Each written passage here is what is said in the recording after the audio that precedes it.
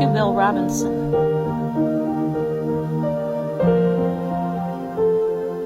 After all that happened to me in my childhood, and all that I tried to do to cope, and after all that I did to try and heal from what happened in my childhood,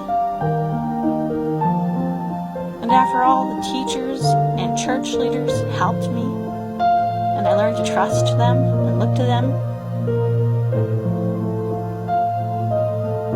and after that trust was betrayed and the church didn't recognize it as abuse and made me the scapegoat and I ended up married to my abuser, and after all the hell I went through to conceive her and all the ways I tried to prepare and learn so I would not repeat the mistakes of my parents, including the determination to attachment parent my child rather than using Dr. Spock,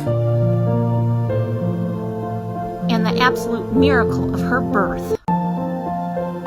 Yes, after a prophetic dream came true.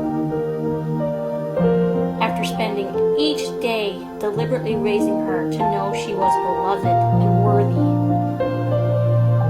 After a second trip to hell to give her a brother and raise them to love and care for each other. Always repairing the damage done by my husband. And after a lifetime of feeling that God hated me, coming to believe that maybe he didn't. Maybe he loved me because he trusted me with these kids. And he knew my heart. After being able to bear no more and leaving my husband to save my children from his abuse and going into the unknown, for having them legally stolen from me, no rights to have him kept from them. Again, always repairing the damage and giving them the message that I would fight the best I could for them as best I knew how because they were worth it and I loved them. After trying to feed them well, understand them well, educate them well, and care for them well. After trying to heal and become real, believing and sustaining my leaders and not fighting them.